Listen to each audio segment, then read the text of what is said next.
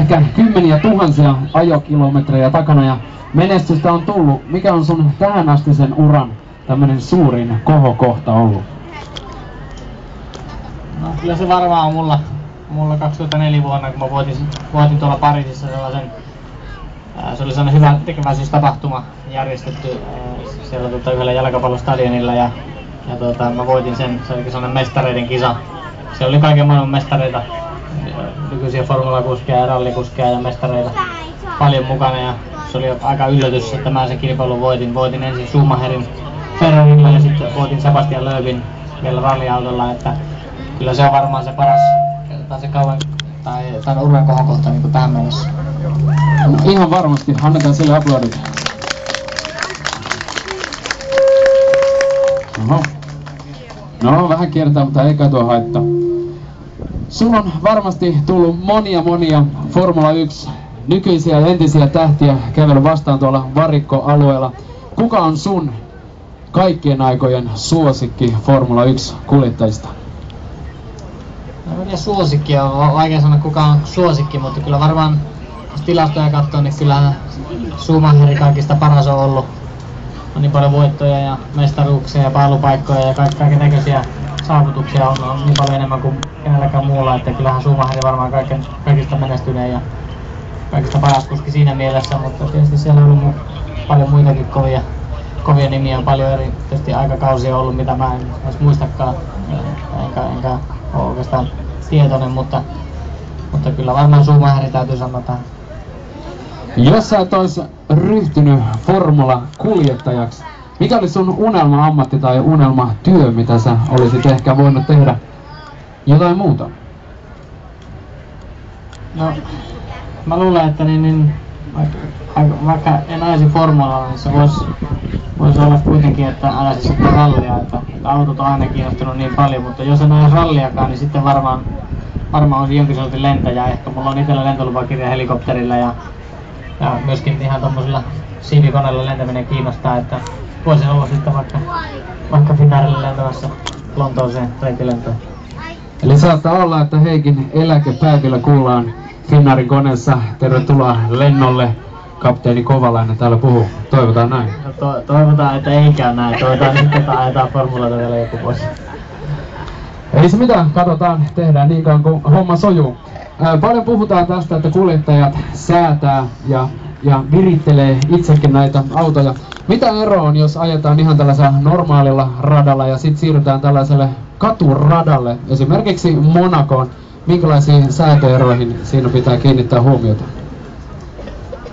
Tietenkin tuommoiset katuradat, niin ne on aina pomppusia, ja kun ajetaan sellaisia katuja, mitä ajetaan henkilöautollakin, niin auton jousitus on sellainen, että tietysti varmaan yksi tärkeä niin kuin säätöosa-alue. Täytyy olla mahdollisimman pehmyssä se auto, että sä pystyt ajamaan niiden pomppujen päältä ilman, että se auto nousee ilmaan. Se on vähän niin kuin henkilöauto. Se huojuu se auto vähän joka suuntaan ja se on semmoinen epävakaa, mutta kuitenkin, että se menee niiden pomppujen yli hyvin. Ja sitten aerodynaaminen pito täytyy olla kanssa hyvä, että yleensä pannaan noille katuratoille niin ihan maksimi downforce, eli se maahan vetävä voima.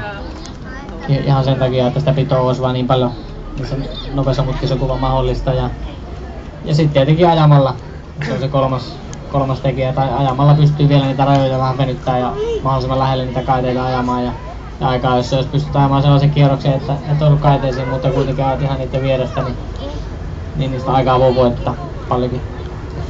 Soneralla on autoilijoille monenlaisia hyötypalveluja tässä Surfport-portaalissa. Mitä palveluja sä itse käytät ja minkälaisissa tilanteissa?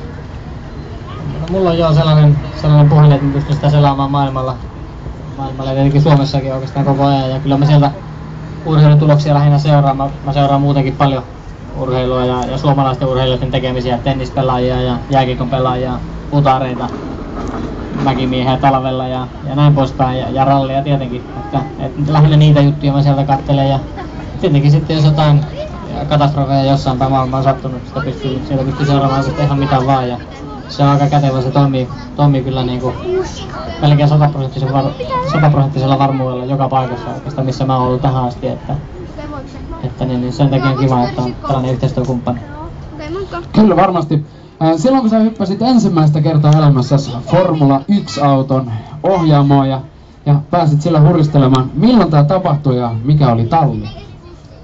No talli oli tietenkin Renault-talli, että mä oon ollut oikeastaan naimisissa Renault kanssa koko ikäni ja toivottavasti tää naimisissa meno jatkuu vielä pidemmällekin, mutta se oli Barcelonassa 2003 vuonna joulukuuta, kun ensimmäisen kerran pääsin ajamaan F1-autolla ja oli vielä sellainen päivä, että sato vettä aika kovasti ja ei mua päästynyt raalle vasta kuin illalla, että vähän lopetti se vesisa, että vähän rauhoittui se vesisa silloin illalla, niin sitten ne sanoi mulle, että saat käydä jonkun kierroksen ajaa ja olihan se ihan hieno fiilis, kun kaasun pani ensimmäisen kerran pohjaa, että sitä tehoa tuntuu olevan niin paljon, ettei niinku järkikään pysy mukana, mutta kyllä siihen sitten tottui ja siinä sateellakin, niin vaikka se vähän liukasta on, niin se tuntui kuitenkin yllättävän vakaalta se auto ajaa ja se oli tietenkin hieno hetki uralla.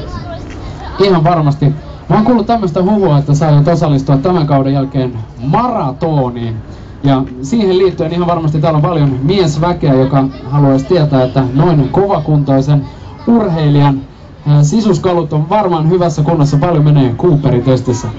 En tiedä niistä sisuskalusta, kuinka hyvissä kunnossa ne on, mutta Cooperia en ole oikeastaan viimeksi juossut testimielessä kuin armeijassa ja se oli jotain 3200 ja jotakin siellä.